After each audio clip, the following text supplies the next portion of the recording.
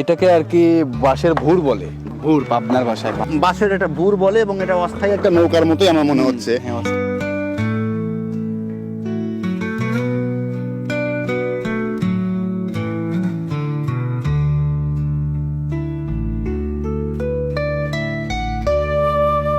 একজন না, দুইজন না, তিনজন না, হাজার হাজার নৌকার মাঝিকে আমি কিন্তু এখানে দেখতে পাচ্ছি। এবং আমার পেছনে আপনারা দেখলেই বুঝতে পারবেন যে কি পরিমাণ নৌকা এখানে ভেড়ে এবং কি পরিমাণ নৌকার যাত্রী এই নৌকাগুলোতে ওঠে। বিশাল লম্বা চর এবং ওই চরগুলার যারা যাওয়া আসা করে যানবাহন, তাদের কিন্তু একমাত্র সাথী হচ্ছে এই নৌকাগুলা।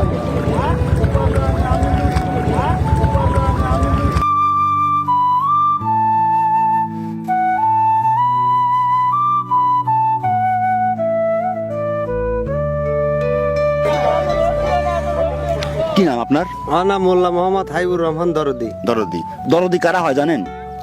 যারা মানুষকে ভালোবাসে, আচ্ছা। মানুষকে দরদ করে, তাদের দরদি বলে। আপনি কি মানুষকে দরদ করেন? হ্যাঁ, আমি। আচ্ছা, আমাকে একটু দরদ করেন।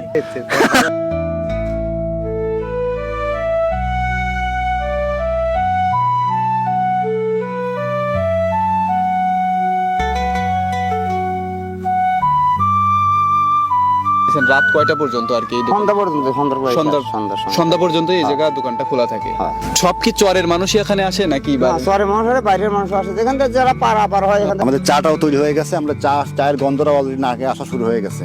আমরা যারা ওই ইট কাঠের ঘরে যারা থেকে অভ্যস্ত, যাদের একটু ফ্যানের একটু লোডশেডিং হয়ে গেলেই আমাদের গা ঘেমে যায়, তাদের আসলে এই মানুষগুলোর জীবনযাত্রাটা কিন্তু দেখা উচিত। তারা কিন্তু আবহাওয়ার সাথে, পরিবেশের সাথে তারা কিন্তু একটা পরিবেশের অংশ হয়ে গেছে।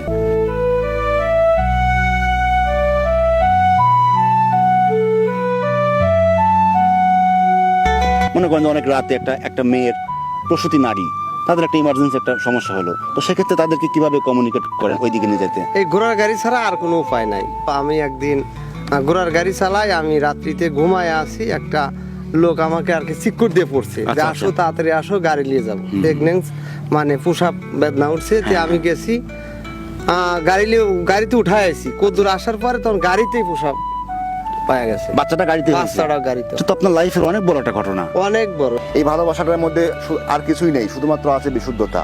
এই বিষয়গুলো আপনাকে উপলব্ধি করতে হলে আপনাকে ওই চর অঞ্চলে যেতে হবে এবং ওই গ্রামের যে ধুলা, গ্রামের যে মাটি, সেগুলোকে আপনাকে মাখতে হবে আপনার মনে, আপনার শরীরে। তো আজকে আমি ভিডিওটা এখানেই সমাপ্ত করছি এবং বিদায় নিচ্ছি আপনাদের কাছ থেকে। সবাই ভালো থাকবেন, সুস্থ থাকবেন, নিরাপদে থাকবেন এবং পরবর্তী ভিডিওর জন্য অপেক্ষা করবেন। ধন্যবাদ সবাইকে।